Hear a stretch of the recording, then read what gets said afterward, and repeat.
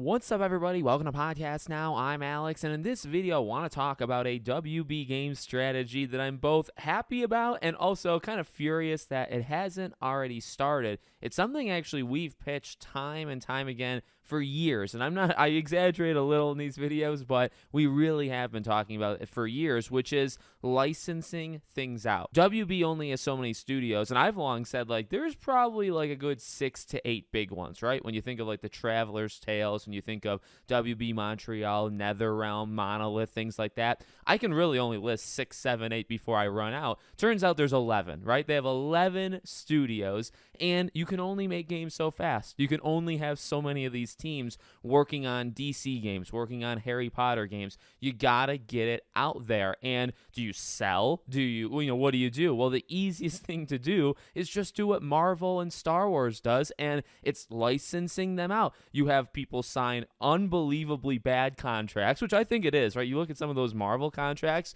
they're terrible. There's so much money that goes towards Marvel. If you break the contract, like you want to get out of it, you owe them like $200 million.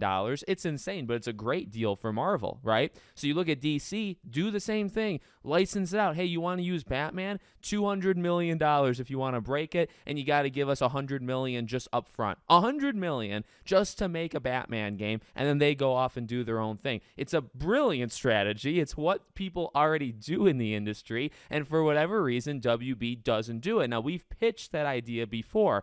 Well, up until this point, it was kind of speculation.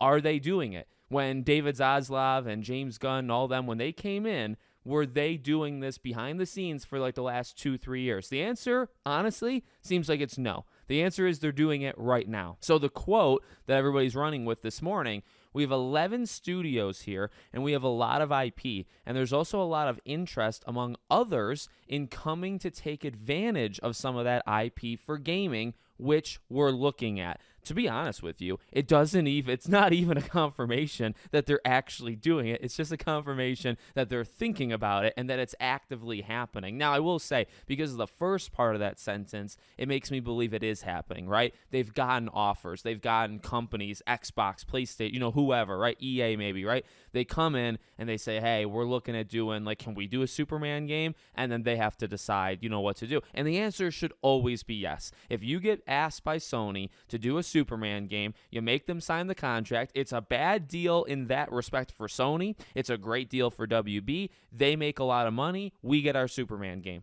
And I mean, you can use that for any example. You want Green Lantern? You want any other, a Justice League or a Teen Titans is what I always want, right? You want more Harry Potter games? Have one of these companies pitch it and then have WB sign off on it and give them the rights, sign the bad contract, and move on. Why that hasn't already happened baffles me because of everything we just said. You can only make so many games with these 11 studios, and to be honest with you, some of those studios I think are like support teams. I don't know if they count that Unbroken Studios that's making Quidditch Champions. Up until Quidditch Champions, they're kind of a support team. They helped with Suicide Squad, right? So, like, okay, they're actual people, right? They shouldn't be ignored, but do they count, right? Like the Monoliths and the Rocksteadies of the world, they only have so many of those, and they can only make games every 3 to 6 years. In fact, depending on how bad of the process they are, it might take them longer. It might take them 10 years to give us a Suicide Squad and things like that, right? Or WB Montreal, honestly, while Gotham Knights isn't a bad game in my opinion, it took them way too long. It took them 9 years. I mean, things were canceled and all that jazz, but you get what I'm saying? The output has been horrendous. I think actually that's Monolith been terrible over the last, 6-7 years.